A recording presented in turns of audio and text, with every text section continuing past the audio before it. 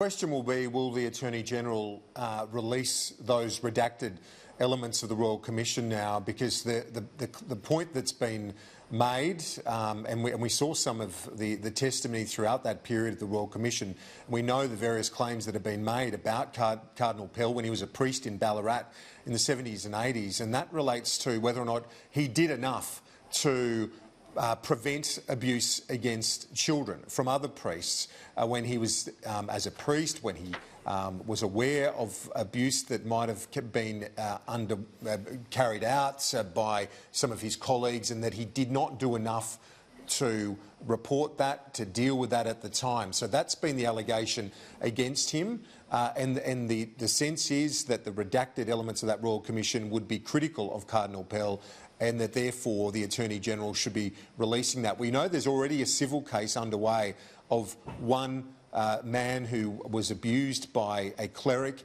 and that the civil case against Cardinal Pell is again along those lines, that he did not deal with it seriously enough and did not report that abuse sufficiently at the time. So that's the nature of some of the civil cases against him. And I've got to say, Tom, you know, this moment, of course, would bring a great deal of relief for Cardinal Pell, for many believers in the Catholic Church, many of those who thought that this was a miscarriage of justice. It will bring great relief. But I think we should also pause to think about the great torment that this will bring to many sufferers of child sexual abuse. Now, while the convictions have been quashed in this matter with Cardinal Pell, that needs to be treated, and he needs to be treated under the legal system.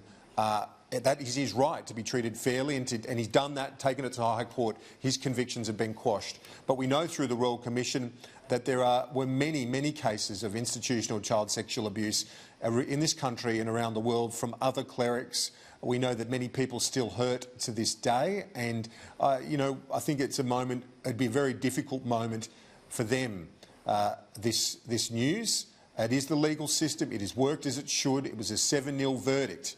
The convictions have been quashed. There is no doubt about that against Cardinal Pell today from the highest court in the land. But I think it's also appropriate to pause and reflect on the torment, the pain, the years of anguish for so many of those victims at the hands of people that really should have been there to protect them.